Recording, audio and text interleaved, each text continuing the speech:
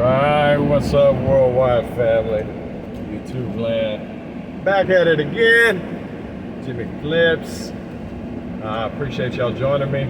For those that are new and don't know me, I am a reseller. I sell on eBay, Amazon, and my website, www.jamestowntrading.com. Oh, and for those that do know me, the construction, pilot car, and all of that stuff is back at it, but it looks like I pulled up just in time for the pilot car.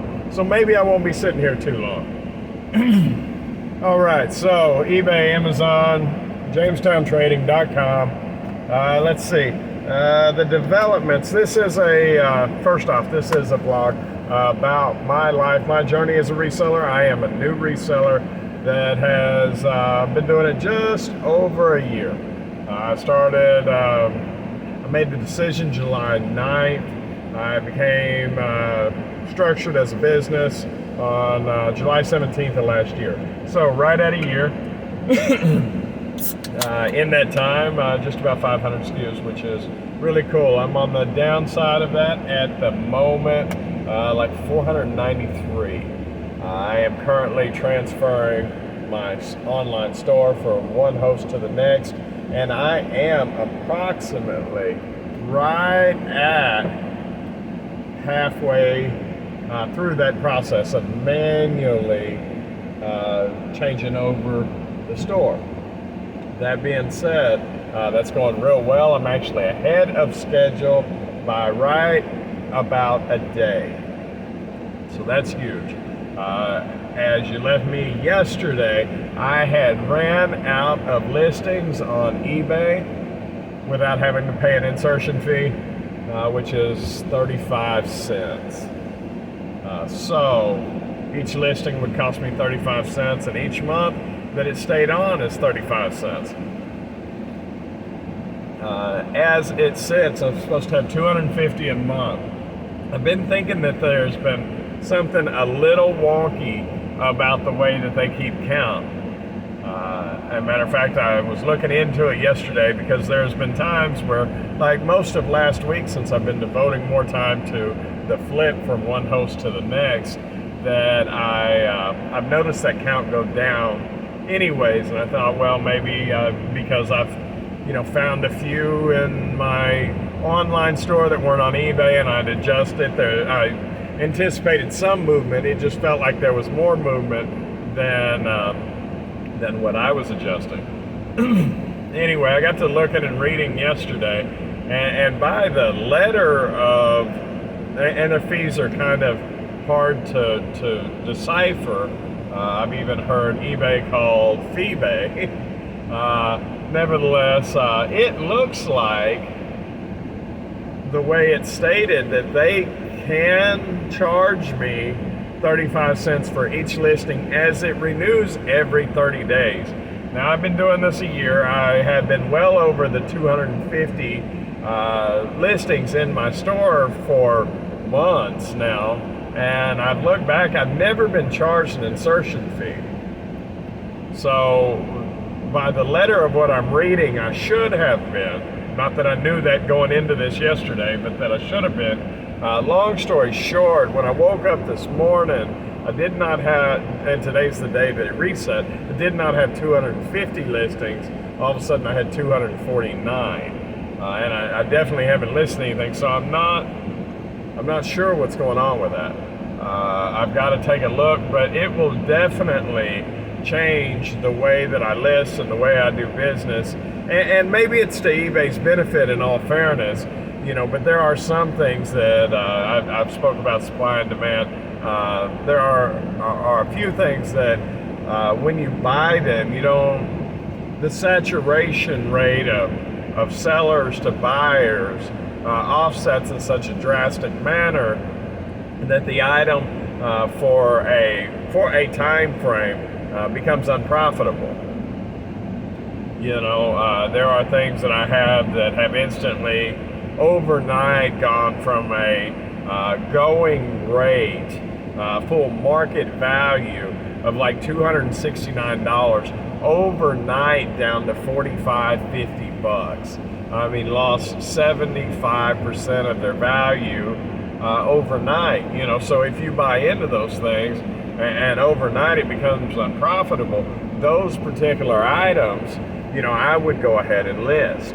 Now, that being said, if these fees are hitting me at 35 cents a month for each listing, those items are costing me, in essence, 35 cents every month just to sit there on eBay when I know they're unprofitable at the moment.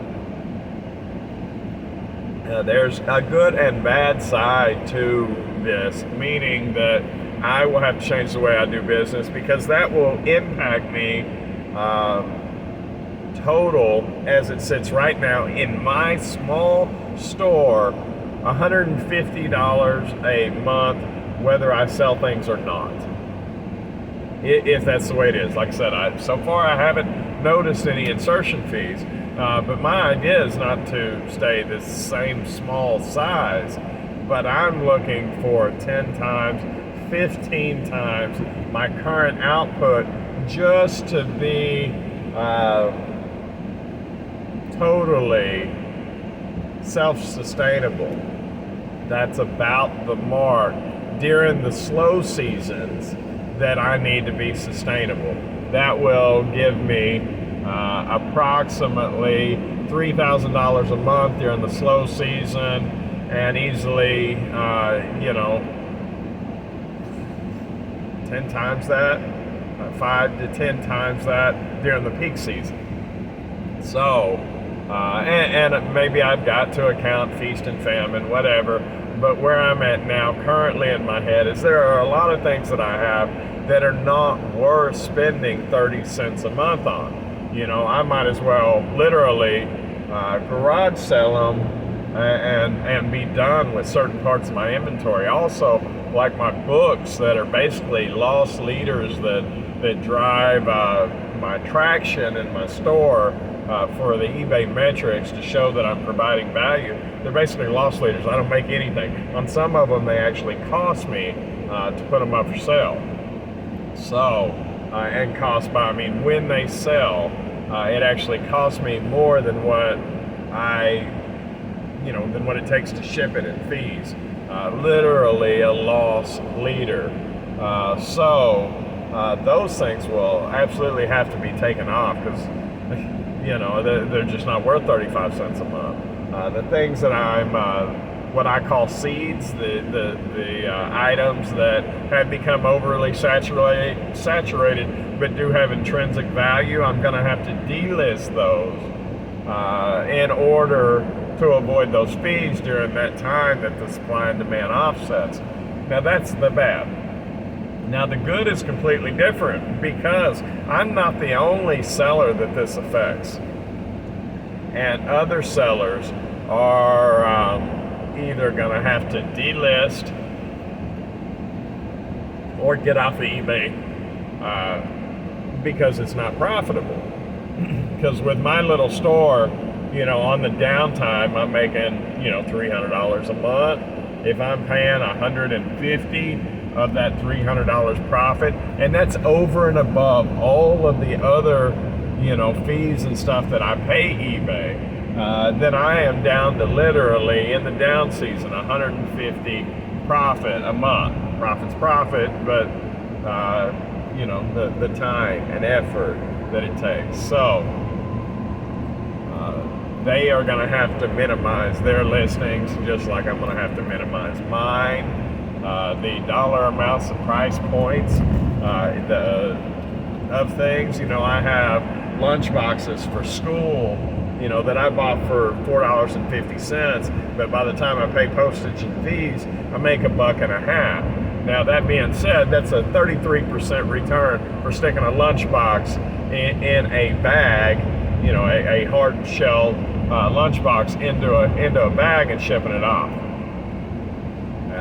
It's not a bad return, but if I'm only making $1.50, 9 months out of the year when people aren't going to school, there is no reason for that listing to be on eBay. It wouldn't make any sense for me to make $1.50 in potential profit if I paid 35 cents a month.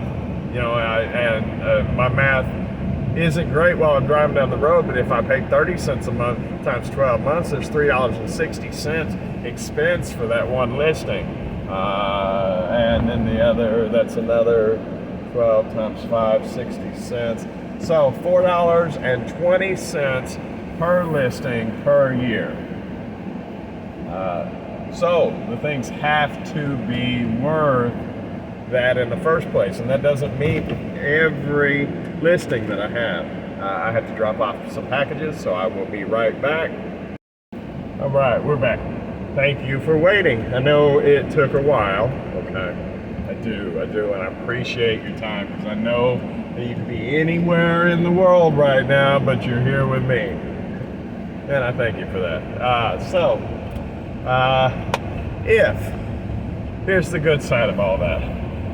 My inventory management is on top of things. I am definitely able to delist what I need to on eBay until the seasonal, certain times of the year for that stuff to come out. Definitely able to alter my buying where those items that in the foreseeable future for price point and whatnot don't exactly line up with eBay's fee schedules.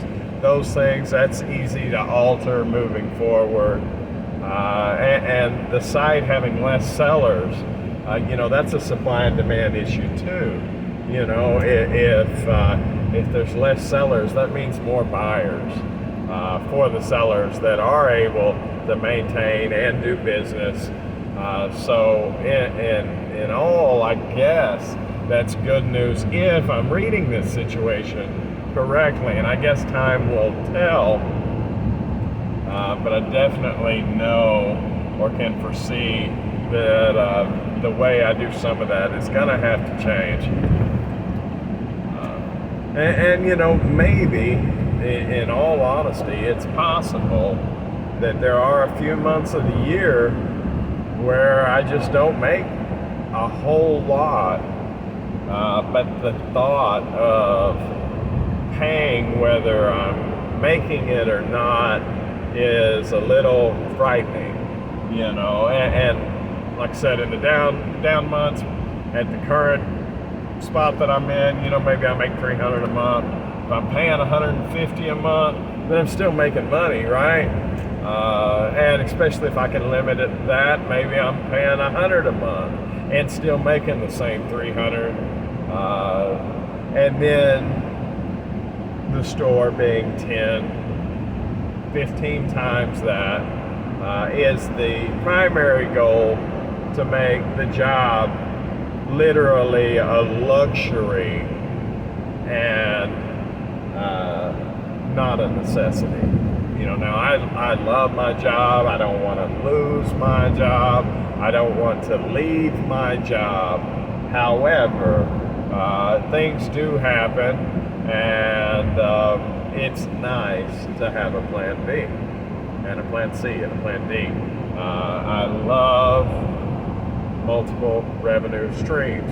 That's the whole reason of creating multiple revenue streams, is that you build each one up so they're sustainable, so that each one can support you and grow your wealth, So, let's see. No progress. That's Jamestown in a nutshell. Chrissy's, as far as Chrissy's snow cones, that hasn't made much ground in the last 24 hours, if any. I've seen a truck on the internet that I thought was really cool, with an idea I hadn't thought of before, that kind of limits the amount of work that the people in the snow cone stand have to do. It actually had the flavors for the snow cones on the outside of the truck. and the customer chose which flavors they wanted and how much. And I mean, that is an interesting idea. Matter of fact,